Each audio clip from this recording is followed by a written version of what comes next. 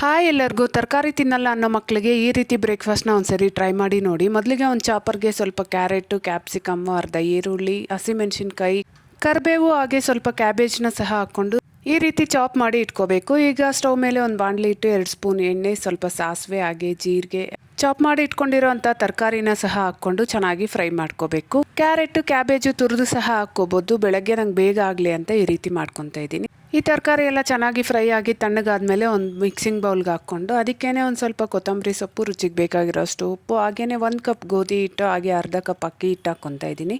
ಹಾಗೆ ಮಕ್ಕಳಿಗೆ ಸ್ವಲ್ಪ ಕಲರ್ಫುಲ್ಲಾಗಿ ಕಾಣಿಸ್ಲಿ ಅಂತ ಚಿಟಿಕೆ ಅರಿಶಿನ ಸಹ ಹಾಕ್ಕೊಂಡು ನೀರು ಹಾಕ್ಕೊಂಡು ದೋಸೆ ಹಿಟ್ಟನ್ನು ಅದಕ್ಕೆ ರೆಡಿ ಮಾಡ್ಕೋಬೇಕು. ನಾನಿಲ್ಲಿ ಮನೆಯಲ್ಲೇ ಮಾಡಿರೋಂಥ ಮಲ್ಟಿಗ್ರೈನ್ ಗೋಧಿ ಹಿಟ್ಟನ್ನು ಯೂಸ್ ಮಾಡ್ತಾ ಇದ್ದೀನಿ. ಜೋಳದ ಹಿಟ್ಟು, ರಾಗಿ ಹಿಟ್ಟು, ರವೆ ಸಹ ಹಾಕಿ ಮಾಡ್ಕೋಬೋದು. ಅಷ್ಟೇ ಅಲ್ಲದೆ ಇದಕ್ಕೆ ಒಂದು ಎಗ್ ಹಾಕಿ ಮಾಡ್ಕೊಂಡ್ರೆ ತುಂಬ ಟೇಸ್ಟಿಯಾಗಿರುತ್ತೆ. ಇದನ್ನು ಸೆಟ್ ದೋಸೆ ಥರ ಹಾಕೊಂಡ್ಬಿಟ್ರೆ ದೋಸೆ ರೆಡಿ. ಇಷ್ಟ ಆಗಿದ್ರೆ ವಿಡಿಯೋಗೊಂದು ಲೈಕ್ ಕೊಡಿರಿ, ಹಾಗೆ ಚಾನಲ್ನ ಸಬ್ಸ್ಕ್ರೈಬ್ ಮಾಡಿ ಸಪೋರ್ಟ್ ಮಾಡಿ. ಬಾಯ್.